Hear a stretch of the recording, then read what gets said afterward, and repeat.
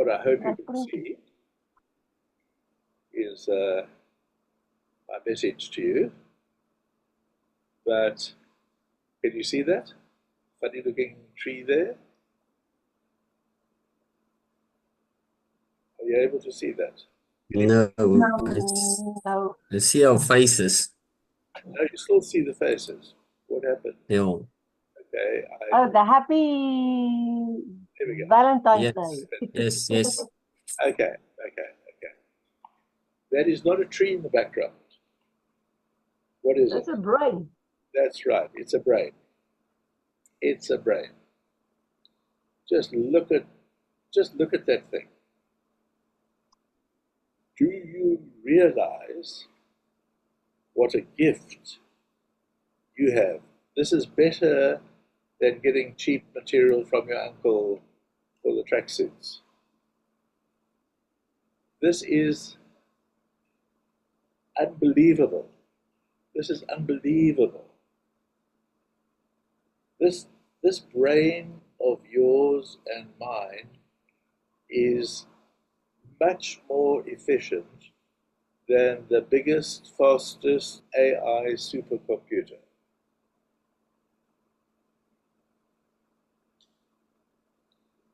If you look at this brain and imagine that this is the front part of the brain, this is where you are conscious of stuff here in the front. And this front part of your brain, this frontal lobe, can process, just imagine, something like 40 bits of information every second. So as you're looking around, you can look at, try and understand what I'm talking about when I'm talking about tracksuits.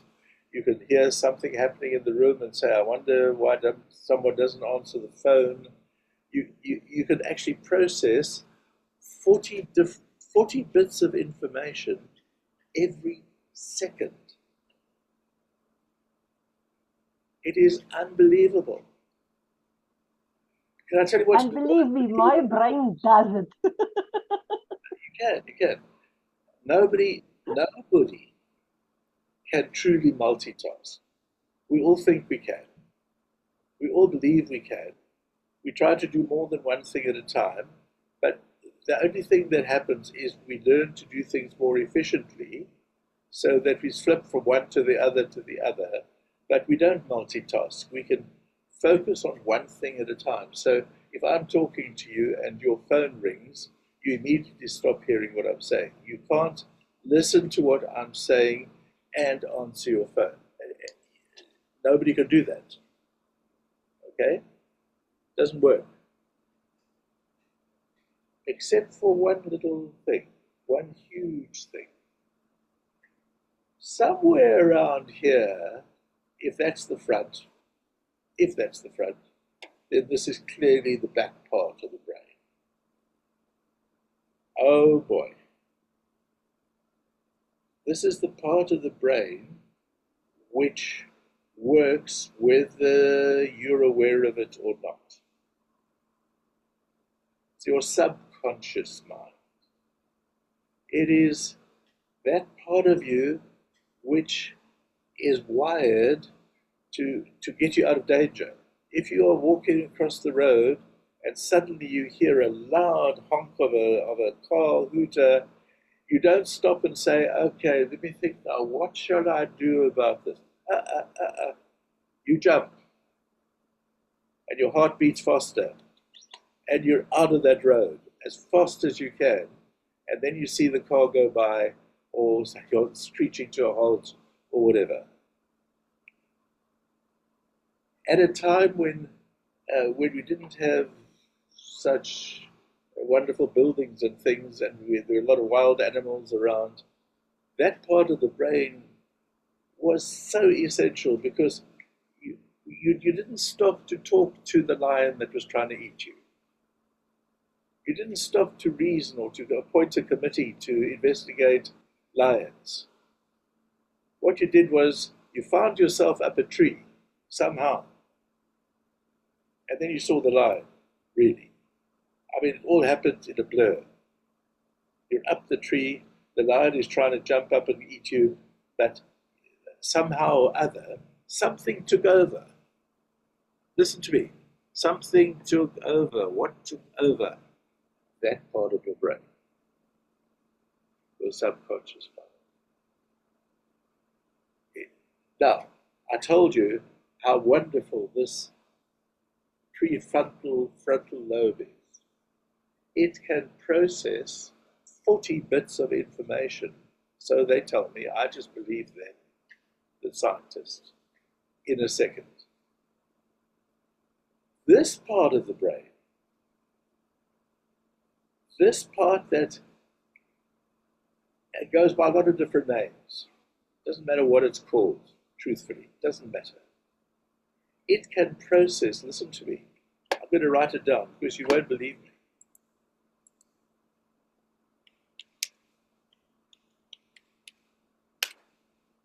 That's how many bits of information it can process in a second.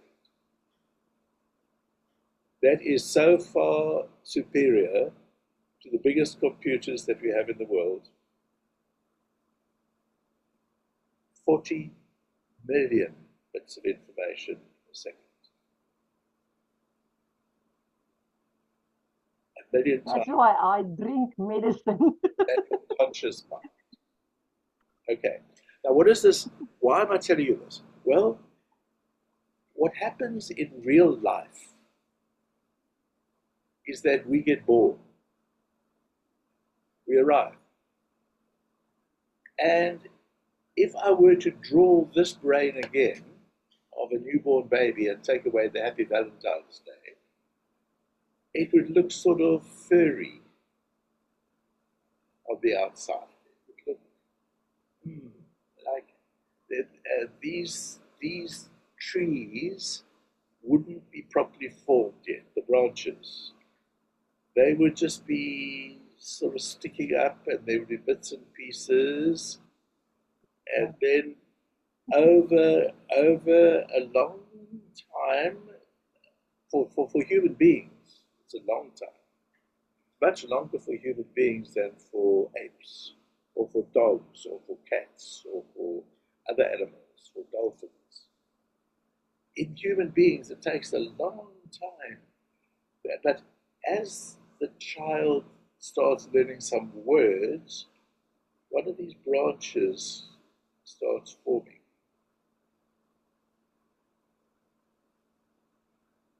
And you know, at the beginning, the child can't say the words properly. It says da, da, and you don't know what the child's really saying unless you're the parent. And of course, if you're the father, you say, look, he said daddy. But if you're the mother, you say, look, she said mommy. But you know, actually, the child is just mimicking your sounds. And eventually, there is something formed which associates your face with that word. And the child says, mommy, or daddy, whatever. And that pathway is laid down in this mess that was there. It was just like a seed. There's nothing much there that you could trace. There's no electrical impulses going anywhere. It's all haphazard. But then a pathway gets formed. And then the child starts saying, what is this thing? I can pick this up. And another pathway gets formed. And within a very short space of time, you don't have to say to the child, here comes the train, open, let me put the food in. You pick up the food, and if the food is nice, the child goes. He doesn't have to think about it, doesn't have to concentrate so hard anymore, because another branch has been laid down, and another branch, and then the child learns to crawl, and then the child learns to talk, and the child learns to walk, and it starts learning skills, and every time there's a new learning, a new branch goes. And when that branch is formed, things become automatic. within a very short space of time, you're no longer thinking, how do I get up? How do I stand up? I'm on my bottom here. How do I stand up? I must push. No, no. Mommy or daddy says, come. I just stand up and I walk. I don't think I must put my left foot, then my right foot, then my left foot, then my right foot. And then we grow up and we learn other skills. Many of them are good skills. Some of them are bad skills. They are destructive. We start learning that people who are not the same color as us, who've got different colored skins, are not trustworthy. You must be careful of them. Somebody tells you that. And as you learn that, it becomes a pathway. Watch out for those whites. They cheat you. They don't pay you properly. Watch out for those black people. They're dangerous. They're going to kill you. Watch out for the Indians. Nobody trusts the Indians.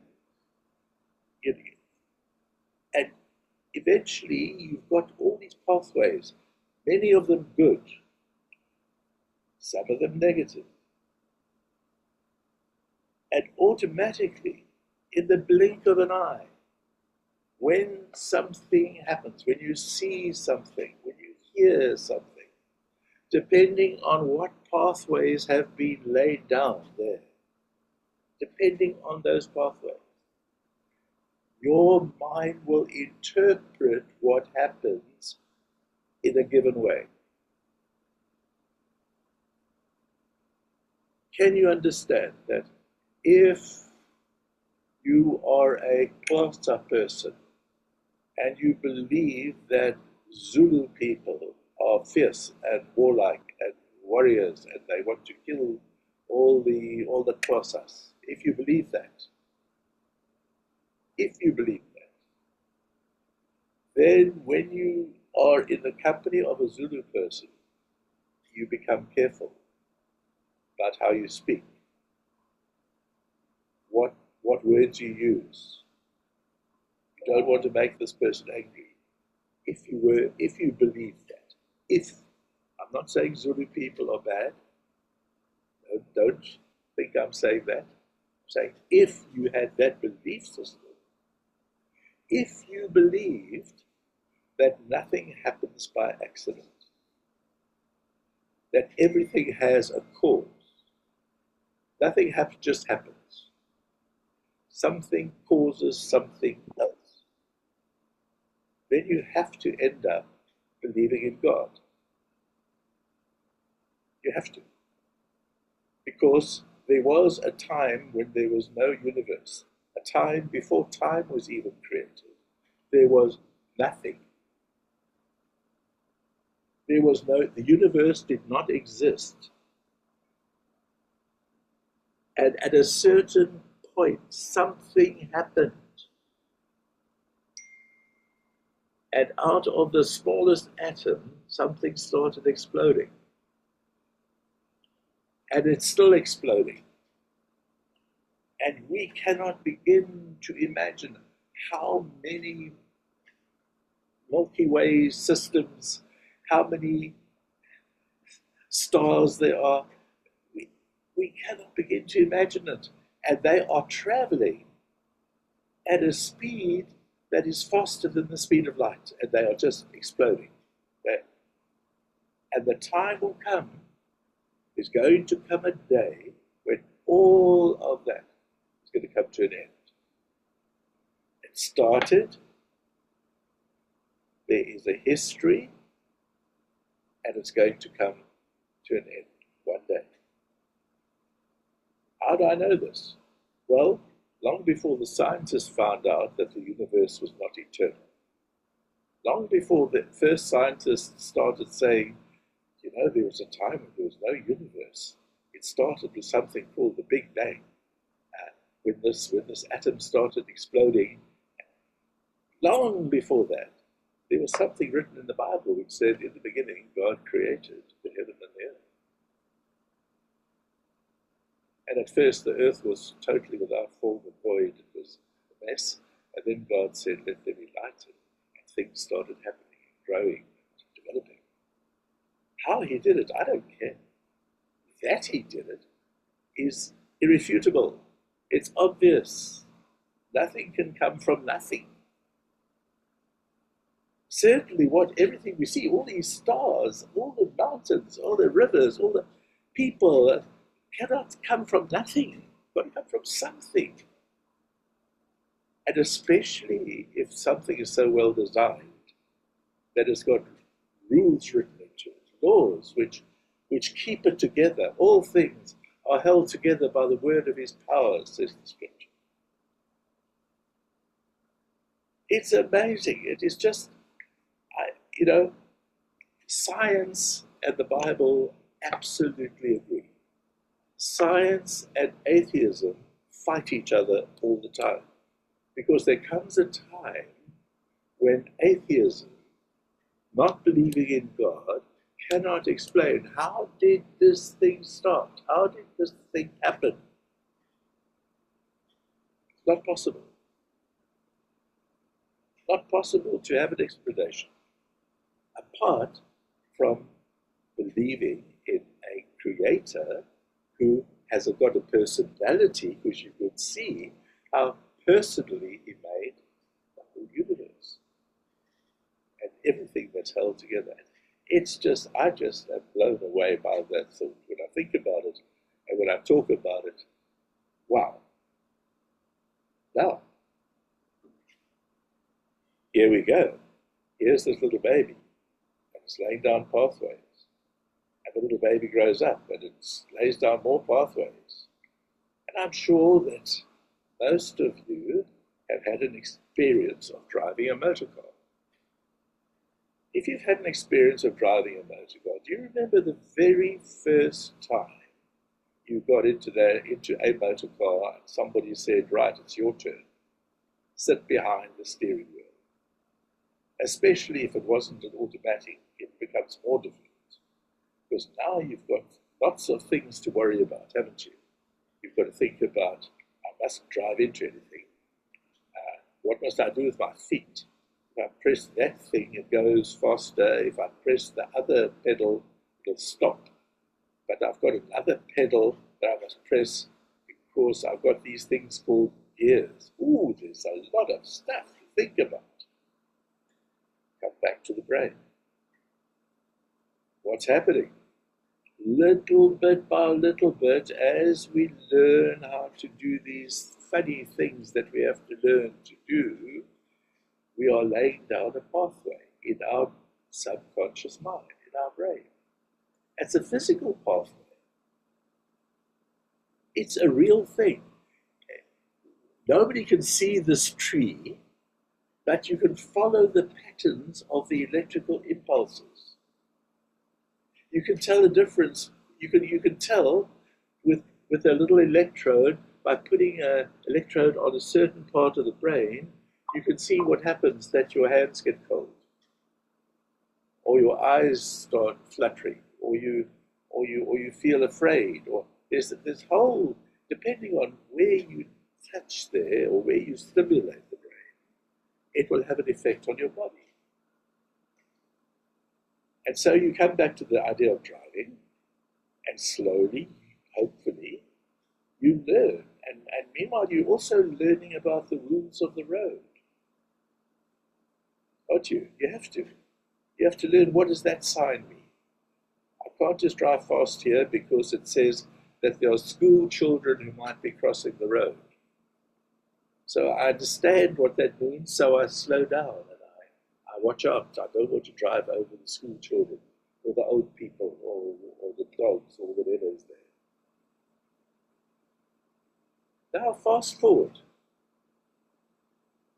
Now it's 6 months later, and you drive from Waterville to Velco.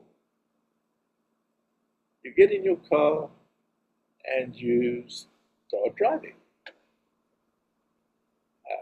By the way, you pick up a sweet every now and again because you like chewing sweets while you drive, or you got a bottle of water that you very carefully open and you drink some water and you drive past many things. There's scenery.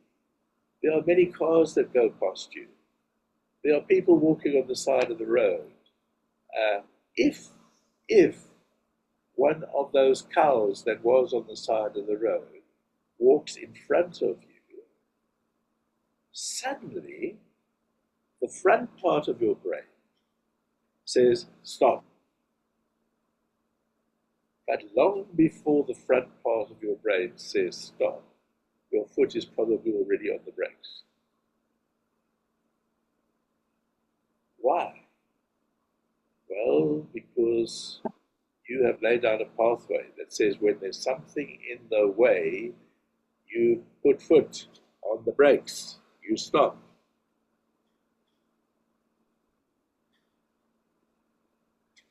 You have learned to drive, so therefore you don't have to think, I must put my hand on this thing called the gear lever, now I must put my foot on the clutch, and I must move the gear lever from number 1 to number 2. That doesn't even occur to you. It's not in the front part of your brain. It's all processed from the back. Your whole life is governed by this thing called, for this purpose, the subconscious mind. Everything. You think you make decisions. You think you have revelation. Your decisions, your revelation, your understanding, all depends on what's in there. I told you about Busy the cat. He's blind. I think I mentioned to you, I did mention to you, that what I learned from understanding his condition is that we don't see with our eyes. We see with our brains. We see with our minds. The thing that's most amazing about Busy, there was somebody here yesterday who said, you couldn't believe it, he's got such beautiful eyes. He has. He's got lovely eyes, blue eyes. And the pupils dilate and they contract, and he looks like he can see, but he can't see anything. The light comes in, but there's nothing to take the light from his eyes to his brain, because that's where he would see what's in the way. Now, if we lay down all these pathways, laying them all down, that every time we see something, we think we are seeing accurately. Yes, but I saw it. I saw this thing. Meanwhile, that picture gets transmitted to the brain, and depending on what's already in the brain, it gets interpreted. You don't believe that. It's hard to believe when you first hear it, if this is the first time. I'm sure some of you have heard some of this before, by the way. Hello. Hello. That means that our judgments are not always so good. That's why scientists don't believe what they find. They shouldn't. A good scientist will not believe what he's just discovered or she's just discovered. She will say, no, now we've had this experiment. Now we need to check it out. Can it be duplicated? And if it can be duplicated in my laboratory, okay. Now I publish it in a journal so that all those other clever people around the world can also check it out. Before we claim that we've discovered something, we check and double check. We have to. And when we don't double check, we end up a lot of nonsense sometimes, like we had with the vaccines. Nobody quite knows how well were they double checked. Now, I got vaccinated. I'm not embarrassed to say that, and some people didn't, and that's fine. I know of 3 people who died and they were not vaccinated. I don't know of any people who died when they were vaccinated, but I know some people got sick even though they were vaccinated. So big stories. I don't mind what you believe about that. I'm just saying it's an example of something where we didn't quite know how well were these things checked. There wasn't enough time to do proper clinical studies. Are you with me? So have you Valentine's Day? You've got a brain. What do you put into the brain? What have you put in? One of the things that we have learned and been taught for generations now, up until about 20 years ago, one of the things that we have learned about the brain is that as you get older, it starts dying. How old? Nobody quite knows or knew, but all they know is that older people lose their faculties. They are not able to think as clearly. They're not able to think as quickly. They're not able to work out sales targets quite so easily. Interesting enough, 20 years ago, there was a man who came along. He came to this country, in fact, and he published a book at about the same time as he came here. And he worked with brains. He was a psychiatrist, and he was a surgeon, and what he started discovering was that people whose brains had been badly damaged, that there was hope for them. So somebody could have a motorbike accident and have a really serious injury, and maybe they can't move. And when they look at the brain, they see that this whole section of the brain has been damaged. This thing is so fantastic, this thing that God has given us, that you actually can lay down new pathways even in the areas that were not originally made for that purpose. And people who were written off before have been taught to walk again, to talk again, even though they couldn't speak. Hallelujah. That means that I know before I come on a course like this, before I meet you, I know for sure that it's possible for you to learn how to assess a business. I know that because I believe in God. I believe He's designed us in such a way that our brains have got a faculty which has got a long word to describe it, and I'm sure that many of you have heard this word, maybe some haven't, so I'm going to write it down here. It's called by this name.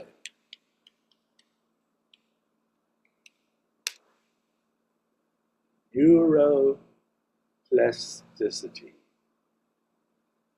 Neuroplasticity.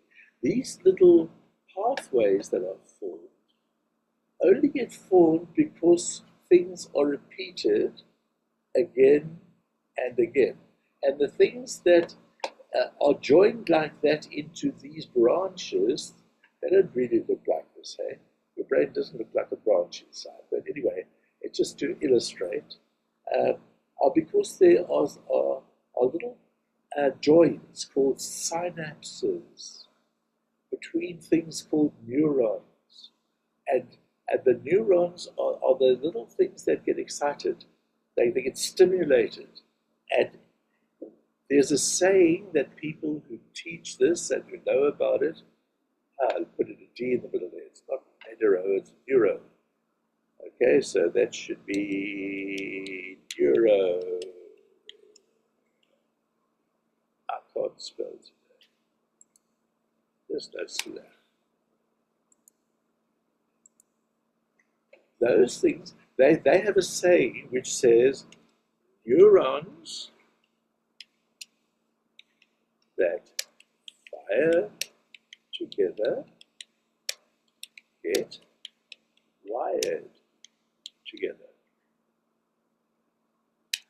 So in other words, when you start practicing, when you look at that table that I gave you, and you say, what is the fixed cost and what is the earnings? Oh, I must add those two together. Next time you come and you look at that, you say the fixed cost and earnings, what must I do? I better look it up. So I look it up. And I say, okay, fixed cost and earnings, I must add it together and I must write it down.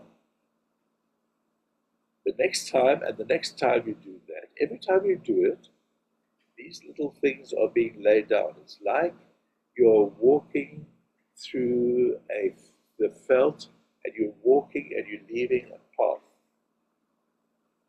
And you are laying down a path in your brain. Then you say, okay, what's the next thing I must do? I must work out the mark. The what? The factor. I don't know what a factor is. What was that again? And we go and look in the book. You say, okay, first the profit. How do I work out the profit? The selling price. Take away the cost. So I do that, and I do that 10 times. Maybe I do it 20 times. Maybe I have to do it 30 times. Doesn't matter. I know, Cedric, I know that you can do it if you want to. Some of you have done similar things before, so there are some pathways there already. Some of you are doing this for the first time, so you have to do it more times for those neurons to fire together enough so that they get joined together into a pathway, so that one day, and it's not far away, if you just practice, one day you look at a question like this and you say, oh yes, these tracksuits. Oh goodness, look there. 35 Rand minus whatever, only selling for 9 Rand profit, and that is 35% markup, and you go doof, doof, doof, doof, doof. And you say, well, what do you say? You say, I know.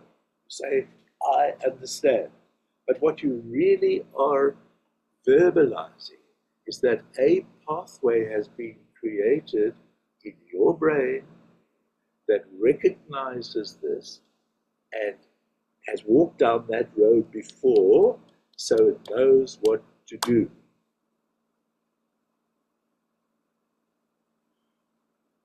It applies to everything in life. There was a time in my life where I lied.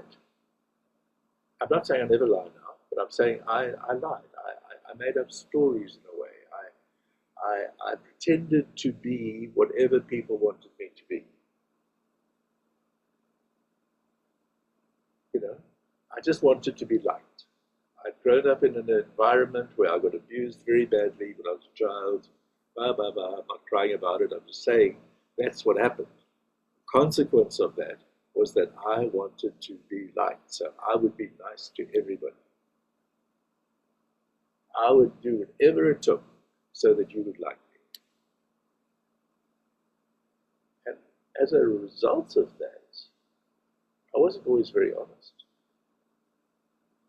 I would say, that's lovely, it's very nice, well done. And I'd be thinking, what a load of rubbish. But I'd say, that's lovely. I would say it anyway. You say, well, that's just polite. Well, maybe. What had happened is over the years from my childhood, these little neurons got all fired. They said, avoid the possibility of being rejected. Whatever happens, don't get rejected again. Don't get hurt again. I tell you, when I was 7 years old in the boarding school, I got raped by some boys on the train. You know, I'm just telling you I was adopted. My adopted father was an alcoholic who beat up my mother to the point where she ended up in hospital. You know? So I'm not making up things about that. That was real. But the things that were laid down in my brain were avoid situations where you could get hurt. Don't get hurt. Don't get hurt. Avoid it. Be nice. Make them like you. Woo. Woo. I became a Christian when I was 11. Nice. I'm grateful for it. As a Christian, make them like you. That didn't change. Oh, but you're supposed to be born again. All things are become. You need to learn something that I shared with you last time we were together. You need to learn that wearing masks is not a good thing. That in order for you to have a healthy relationship with people, healthy relationship with God, you need to learn to walk in the light as He is in the light. Now that doesn't happen overnight. It didn't happen to me overnight. It's as if there was this huge room full of junk, cobwebs, spiders inside me. So I said, yeah, I'll walk in the light. Sure. I was about 43 years old when this happened. So now I've got 43 years of junk inside me. 43 years of pretending. 43 years of trying to say the right thing to the right people at the right time. That was me. So, yes, of course, Lord, I will walk in.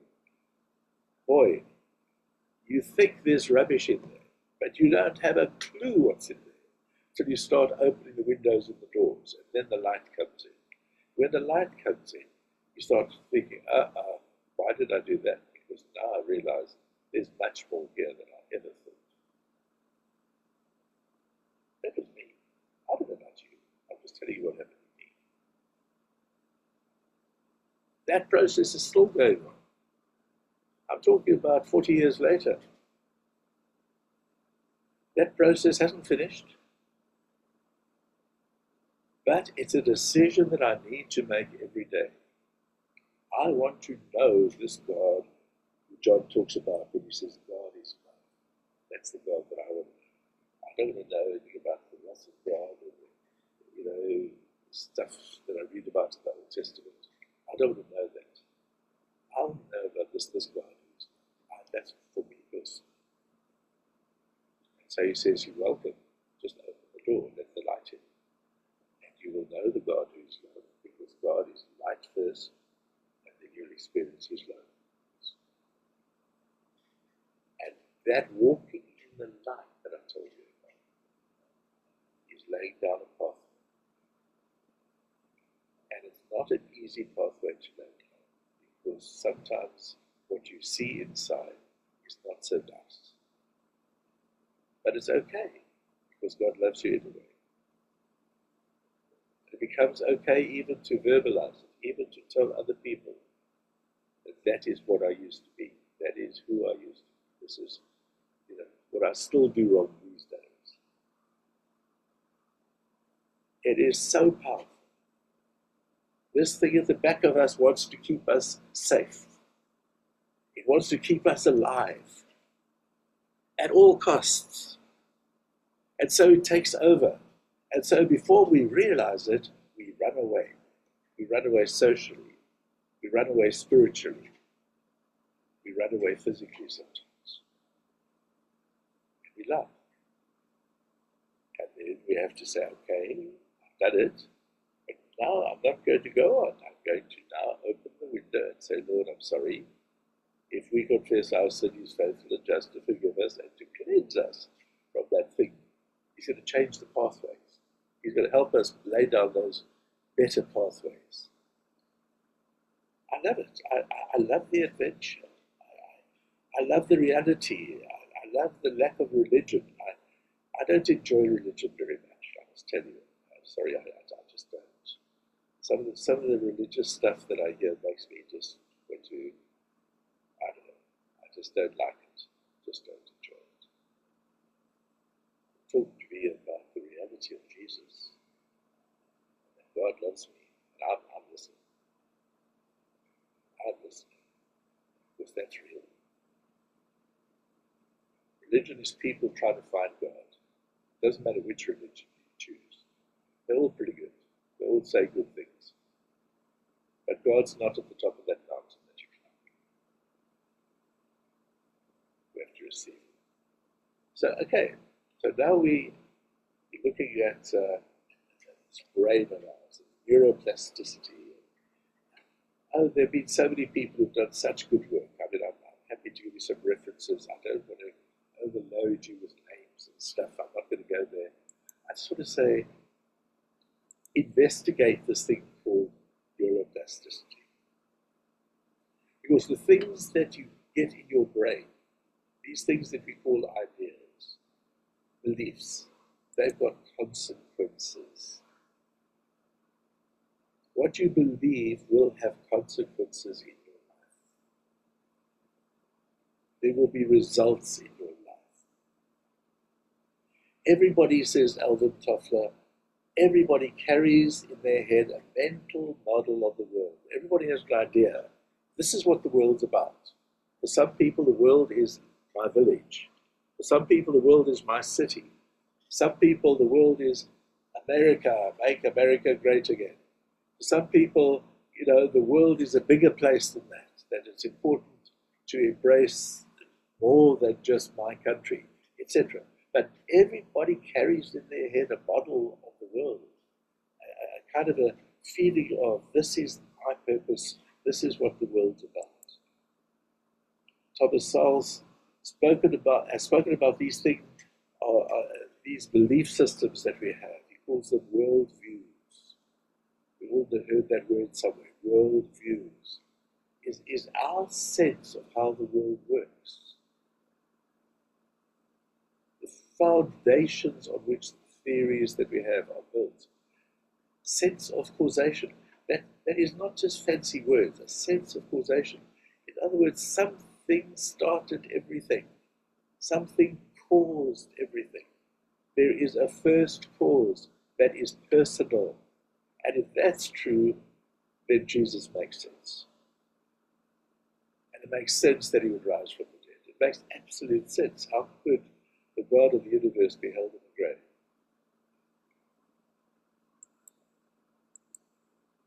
Okay. So, having said that, let's just move on slowly. This guy wrote this book, Worldviews in Conflict. It's an old book. It's not a but I like this thing that he said.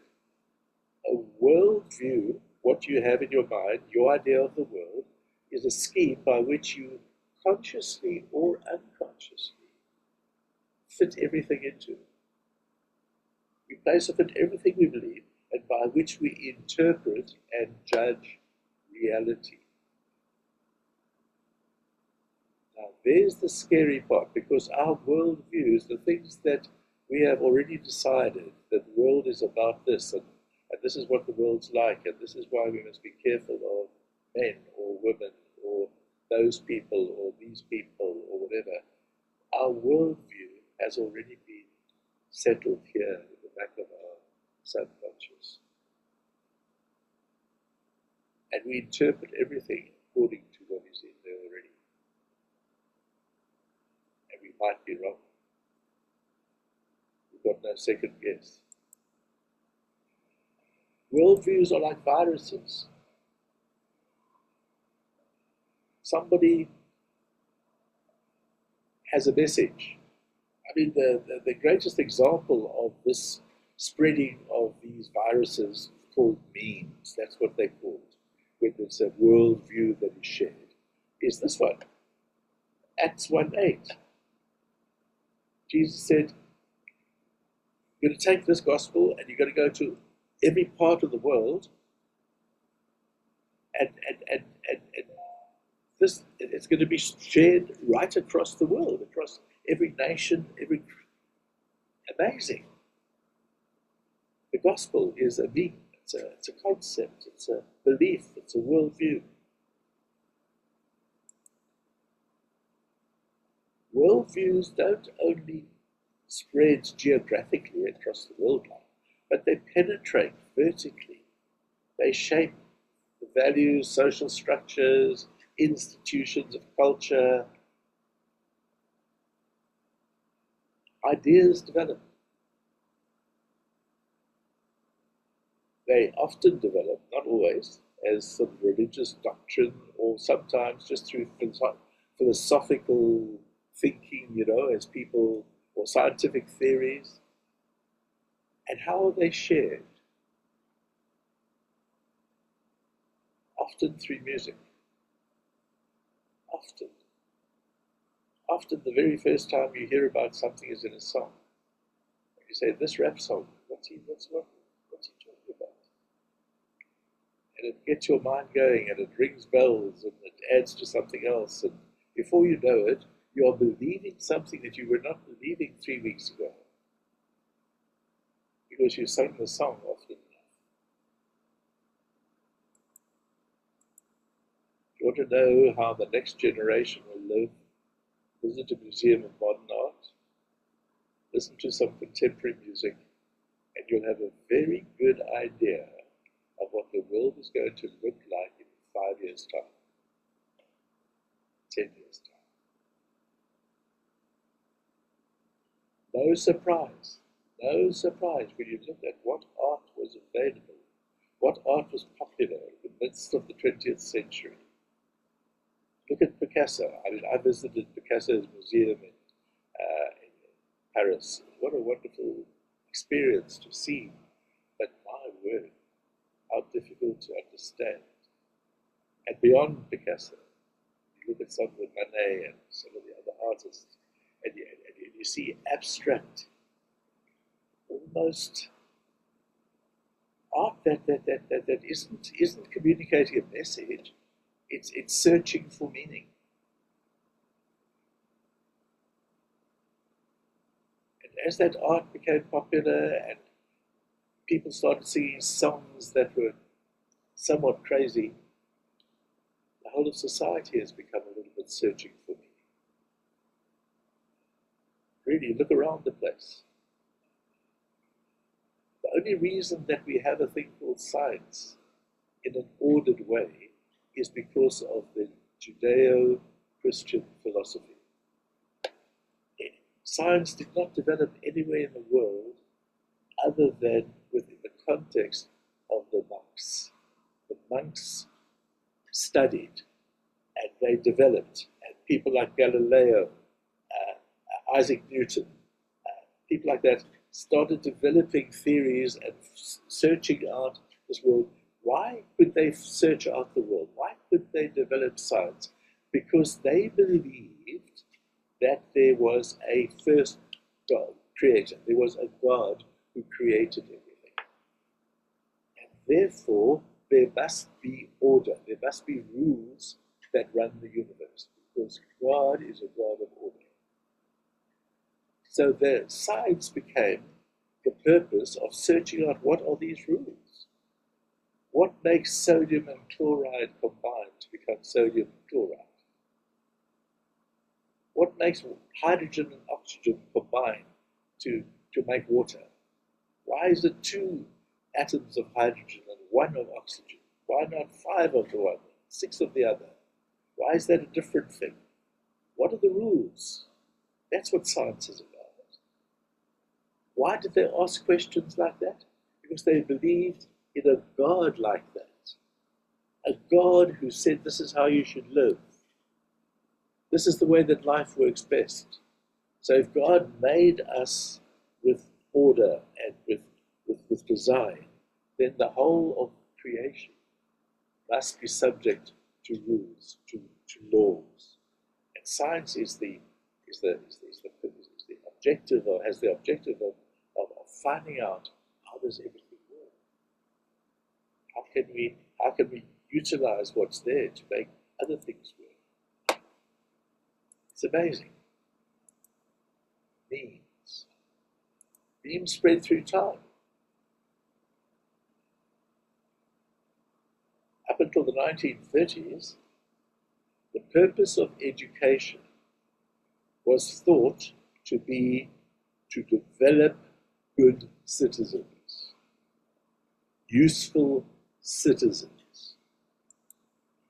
This chap, John Dewey, won a debate with the president of Chicago University at the US Congress. Hutchins, the president, he said that the classic position of education was to prepare people for life, to make us into useful citizens, to make us useful in society. John Dewey said, no, the purpose of education is to prepare people for a job. And he won. He won the debate. And you look at the American education system today, it is a total shambles.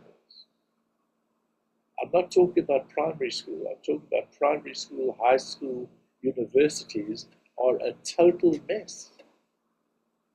Because this kind of meme, this idea of what is the purpose of education has taken over. So which people do you prepare for a job? If you are going to have people having access to universities, you don't say take the cleverest people because they will become the people who will develop education into the future. No, you say which people need a job? Which people need a job the most?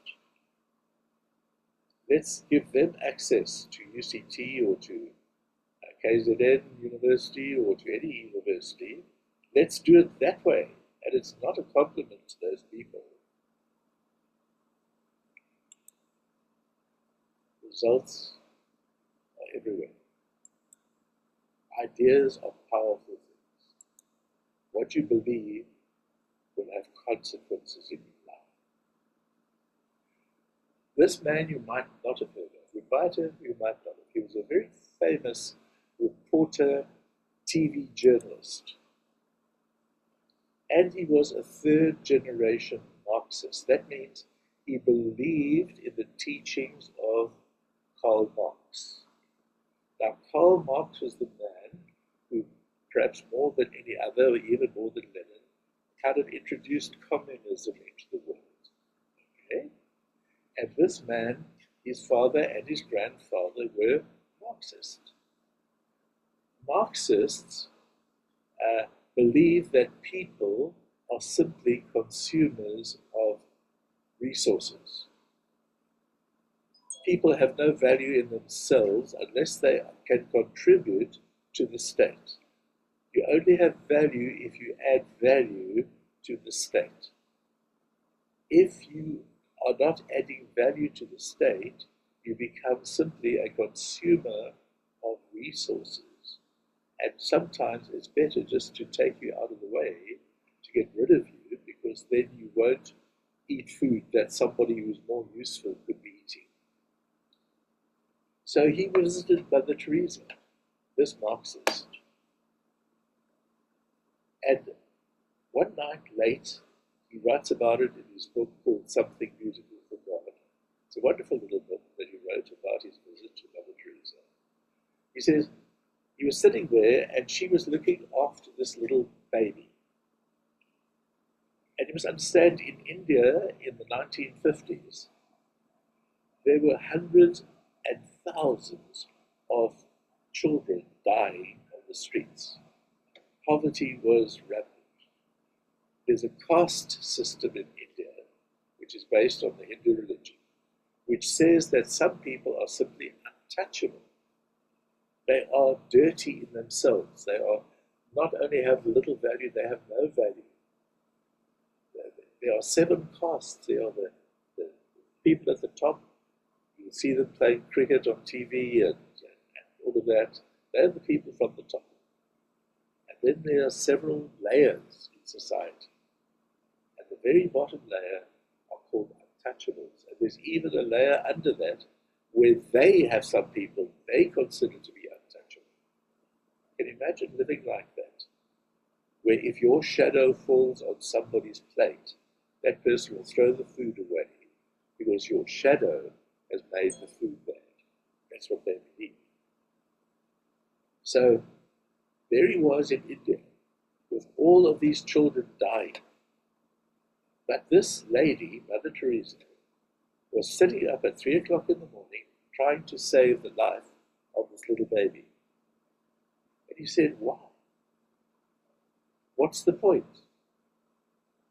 Maybe you would feel like that. On the surface, I would feel like that. Why? When there are so many children starving on the streets, what's the point of trying to save this one?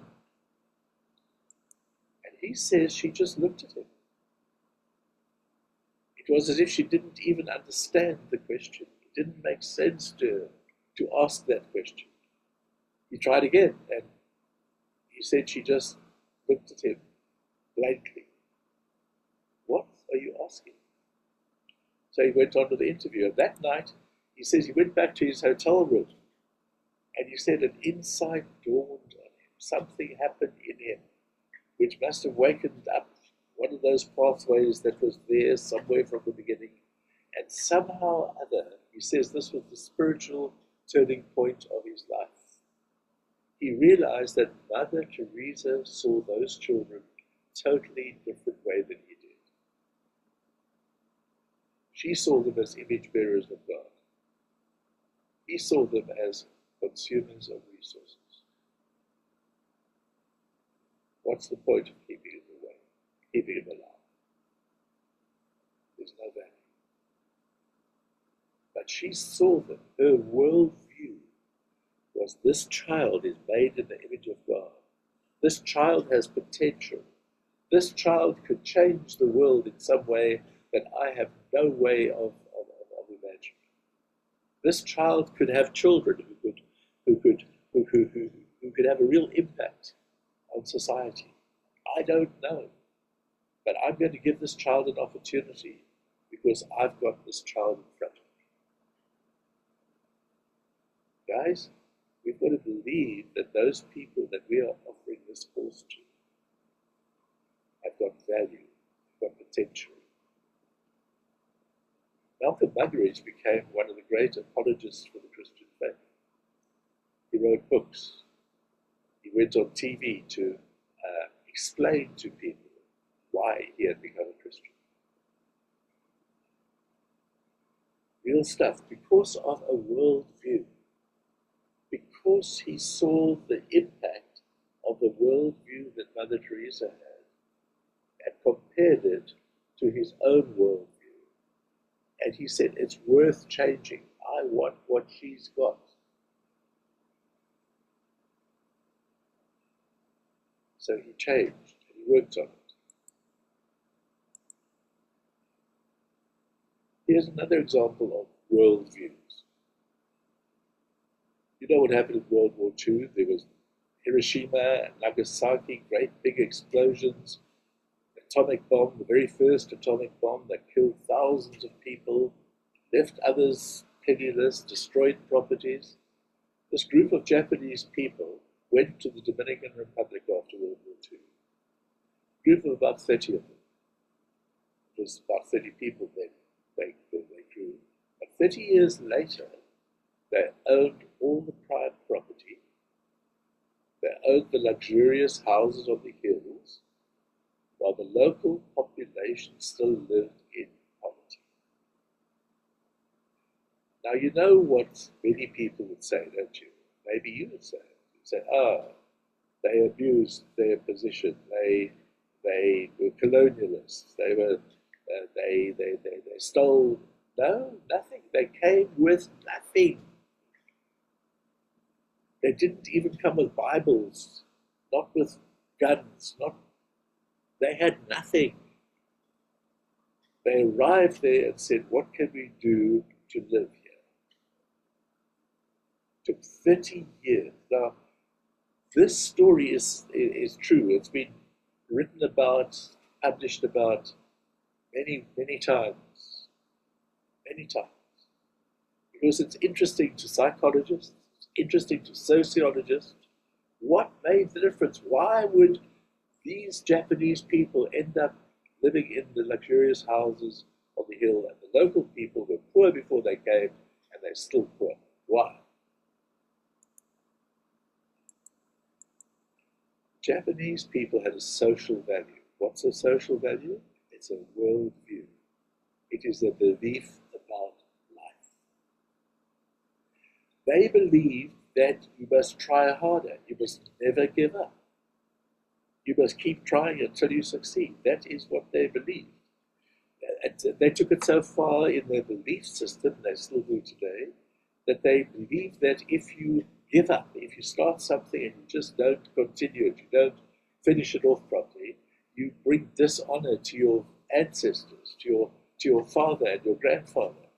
You make their name, you sully their name somehow. It is a dishonorable thing to give up. That's why in the Second World War, when the Japanese soldiers were captured many times, they would just kill themselves, because they were so dishonored by the fact that they had now lost this particular battle. But this social value, this belief system, made them successful. What about the local farmers? Have you heard Doris Day's song? Was it Doris Day?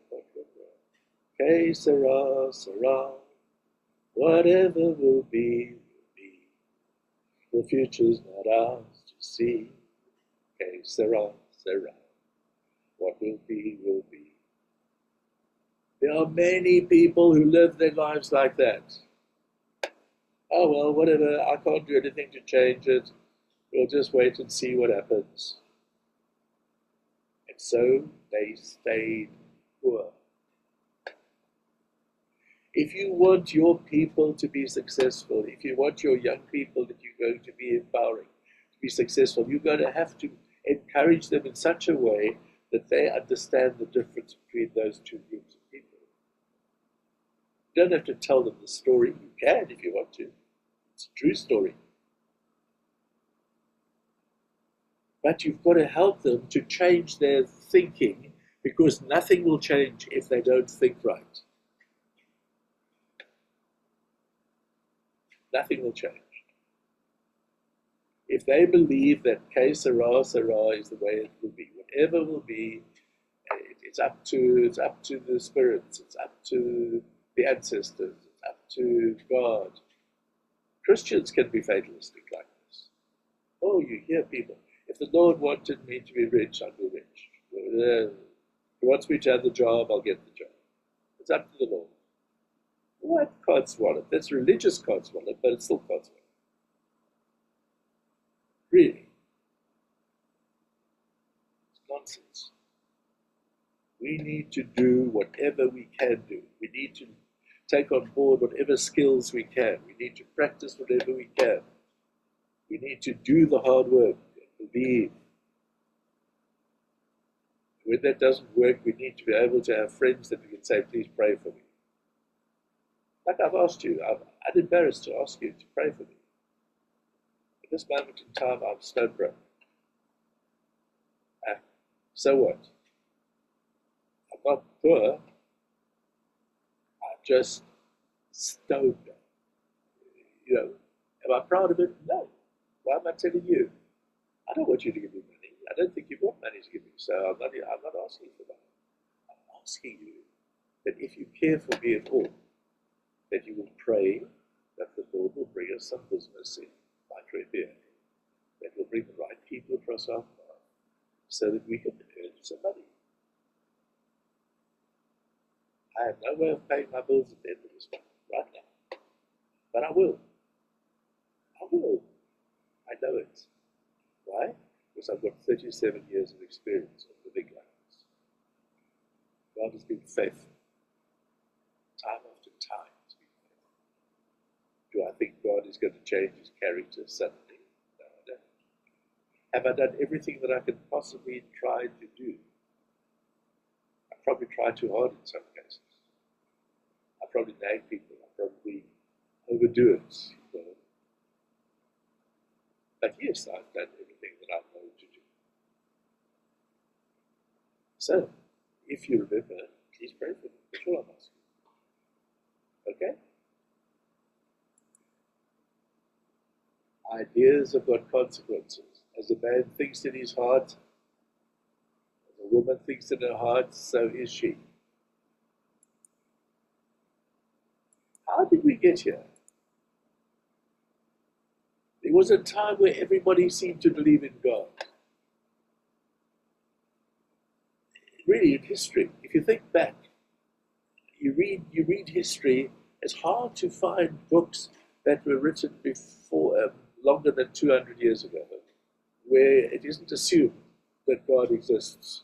They might not be Christian, they might not be believers, but they believe that there is a God somewhere, somehow. It was the prevailing worldview, and then suddenly somebody said, I don't like this. It makes me responsible. I don't like the feeling of having to give account, of Big Brother watching me. Big Brother, big God. Oh boy.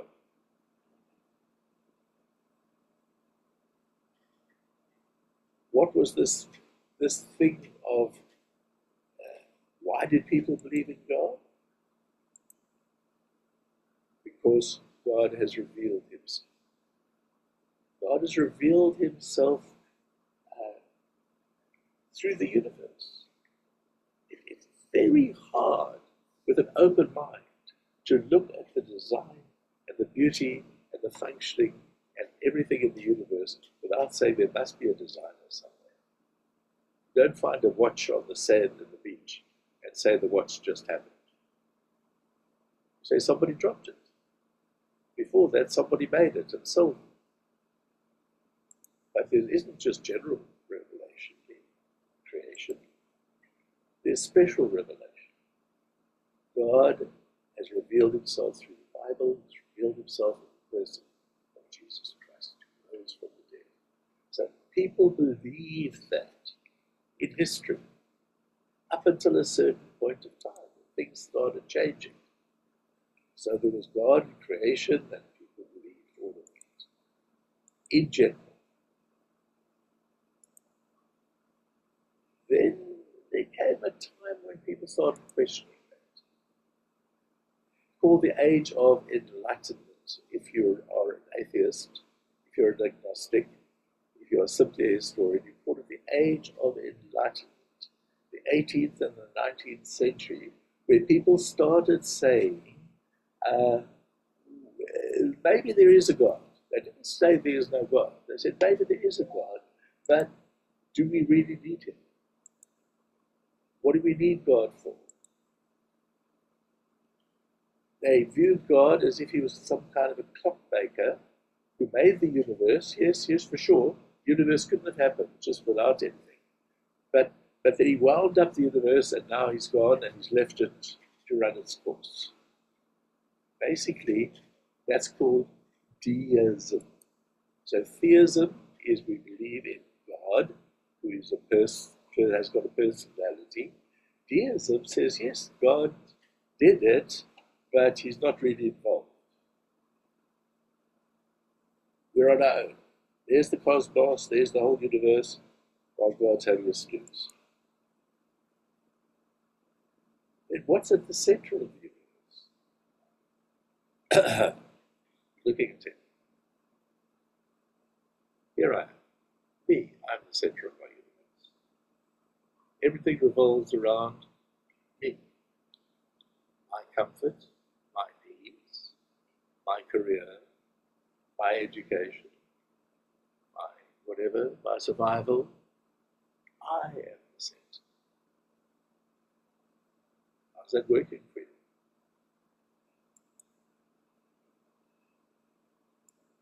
Deism.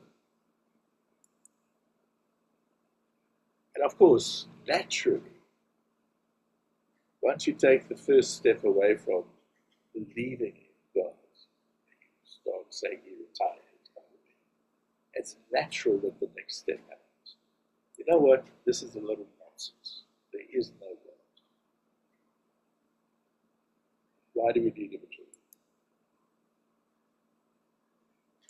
strangely enough,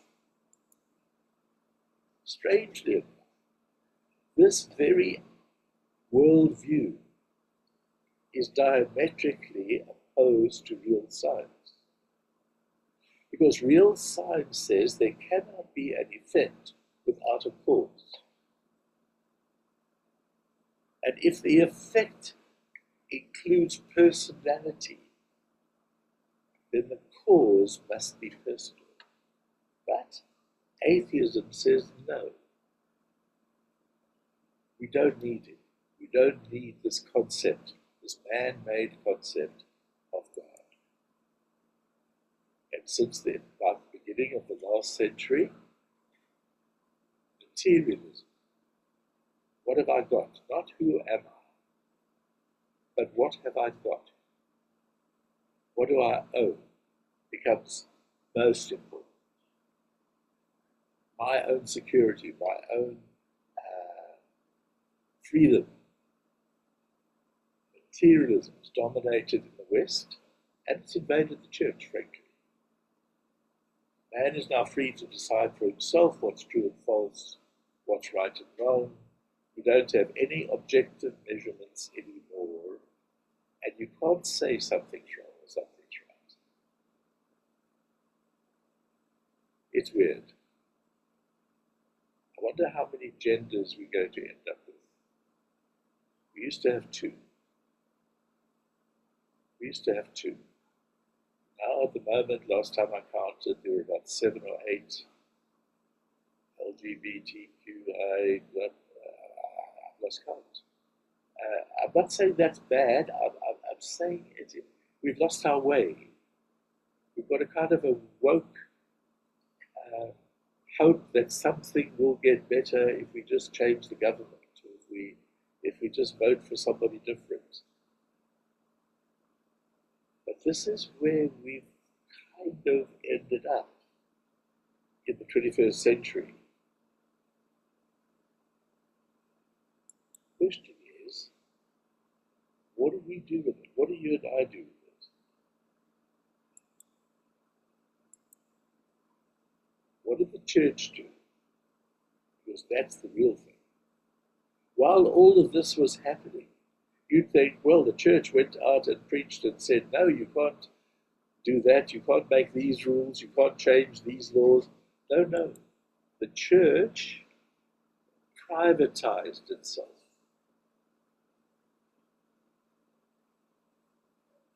The church started calling some things for the first time, listen to me, for the first time in history, about 250 years ago, the church started labeling things as either secular or sacred. It's very convenient to do that because it means that we are not responsible for all the other nonsense that's happening. We'll look after the sacred things. So we've got gospel music and we've got secular music. And good Christians don't listen to secular music. I want to say something really naughty now, but I won't. I'll just say probably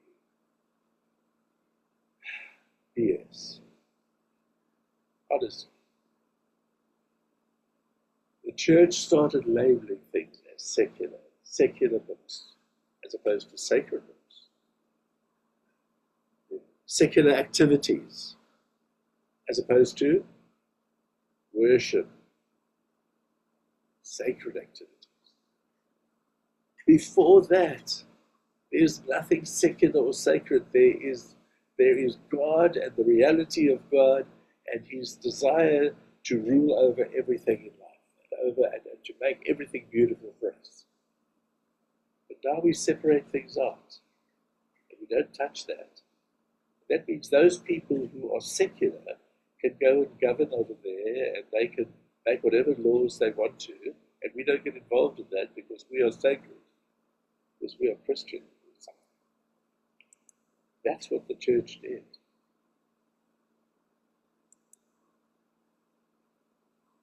The ancient Greeks did something like that too. They called it sacred and profane. The church now calls it secular and sacred. Very useful How did we arrive?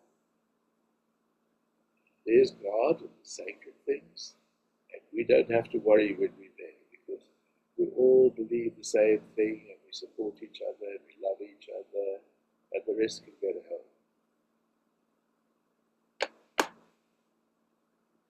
And there's an awful lot of rest.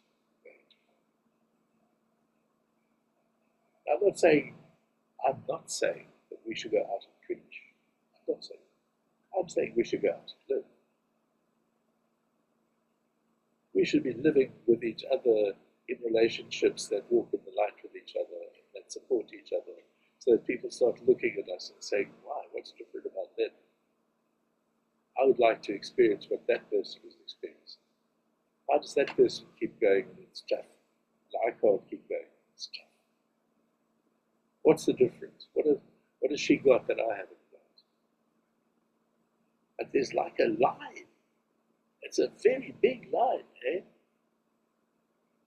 You go to one of these things over here and you start talking about what's happening in the political world, and you are looked at very skewed. No, don't talk about politics here. We're here to worship. What? How do you worship when people are starving? How do you worship when 38% of 18-year-old to 35 years old haven't got jobs?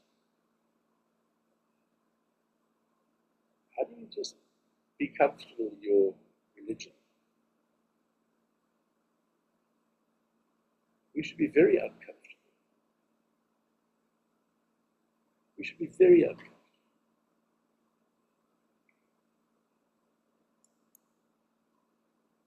Don't go there.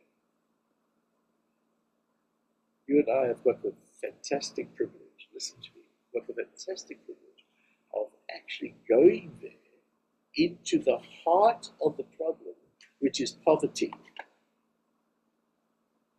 The thing that motivates a lot of what happens out here, and there actually, but motivates it over here, is this thing, this powerful force called poverty, which is getting worse in Africa.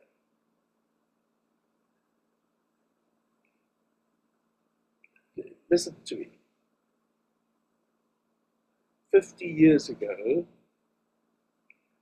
you would not have recognized what we're experiencing now.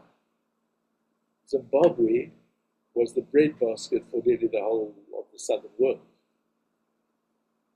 Most of the good stuff, the beef, the vegetables, the grain, came from Zimbabwe.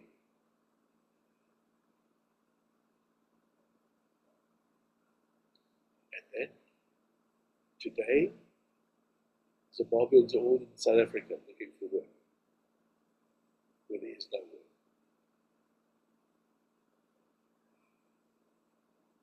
work. Guys, we have the privilege of going. Forget about all these stop signs. We aren't even thinking about stop signs. As we're sitting here, we already have made the decision that we are caring about what's happening there. And we're going to do something about it. And we're going to not rest until we are doing something about it. And it doesn't have to be Micro-MBA. It could be anything that you're doing to bring about empowerment in that area. I mean, of course, I hope it's Micro-MBA. It's a blessing to me when it is, but that's not the point. That's not what I'm making.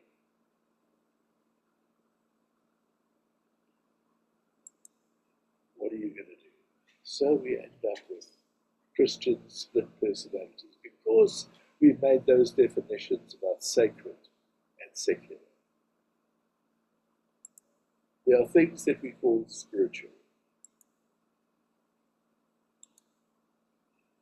And words like grace, theology, faith, evangelism, ethics, discipleship, missions, devotions, I could go on, I could put a lot of things. We say those things are spiritual, and then we say these things are natural, or they are secular. Work, science, reason, economics, business, mass media, politics, the arts. and we've given them to the devil. We've said, take it. Take all the good stuff. Use it. We don't stand up and debate when scientists start saying there is no God. On what basis can you say that? Prove that there is no God. How did the world come into being? What started that first Big Bang? Where did the design in the world come from? Work. We have some religious activities, maybe during the week, one or so, and then on Sundays, and then we go to this thing called work, where we're not religious. No, we're secular. Hello? Did you understand? We've given this away. Art used to be for the glory of God. I mean, just look at the great art of the Middle Ages. Look at Rembrandt. Thank God. You know, just look at some of the stuff. Just look at the Sistine Chapel, Michelangelo. Art was there. Our art in the Bible is full of art. Now we've said, no, that's somehow secular. And so we leave one room and we walk into another room in our minds and we practice and we do what Cedric did 40 years ago. I meet somebody who's a cricketer, then I'm going to learn to talk cricket language. I meet somebody from the church, then I say hallelujah.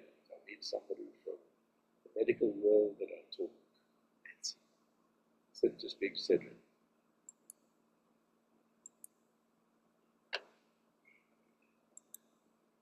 Okay. I think we need a break.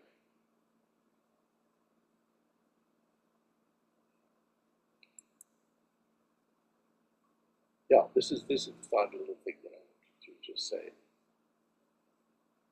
Worldviews impact everything. What you believe ultimately impacts everything. I'm personally quite grateful that somebody tried to shoot Mr. Trump. Not because I hate Donald Trump and I want him dead, but because I can sense that there is actually a difference in him since that. There's some things that are slightly different. They're not as aggressive, they're not as hateful. He's trying to be fair. I'm not a fan at all, but he's trying his best to bring about good change in America for his country. We don't like some of it because it's going to have a negative impact on our country. Tough. If we want to support Russia, we must expect that. We cannot support his enemy and then expect him to be our friend. But I don't, but I'm just saying, Freddie, that's how it is. That's how it is. What you believe will have an impact on politics, on development, on economics, on the way that laws are made, on the environment. We are responsible for the environment, the arts, family life, education. When these things change at the center, it affects everything. When you look at the education system and say, why is it like it is? It's because here at the center, we no longer believe what we used to believe. It's different because we believe differently. And what you believe will have consequences in our lives. Did any of you watch Who Moved My Cheese? Anybody have time for that? No? Lucy, did you have time to watch Who Moved My Cheese? Sorry, I can't hear you. Yes, I did watch it. Yes, Me too. we did watch. What did you think of it? Cute. It's a good message. Yes. It's a good message. Very good message. You know, don't think that because something worked for you last year that it's going to be exactly the same this year. Somebody might move the cheese and things might change. And we've got to be prepared to change. Might mold. What was that, Freddie? I said the cheese might mold. Yes. Might get frotter. Yes. Yes. Here's an example of what you believe making a difference. I understand that this is based on a true story of a battleship in the Second World War. The admiral was actually on board the ship. The admiral of the fleet, right? So there was a signal that said, "We are on the collision course. You must change course 20 degrees." That signal was received by the ship. And the admiral said, "Where's it coming from?" And the signalman, the person who was looking at the radar, said, "There's a light bearing on the starboard bow." Okay, so we're on a collision course, advise you to change course 20 degrees. They get a reply, advisable for you to change course 20 degrees. Okay. Signal, I am an admiral. Change course 20 degrees. Little sort of that. Reply, I am a seaman second class. You had better change course 20 degrees. What? Can you feel the admiral, how he's getting cross? Signal, little sort of. I am a battleship. Change course 20 degrees. Here's the reply. I am a lighthouse. Guess who changed course?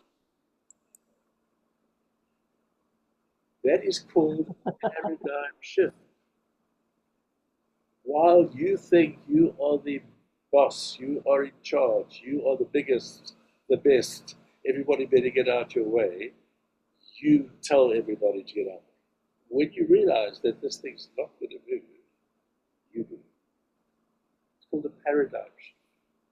You change what you believe, and you change what you do.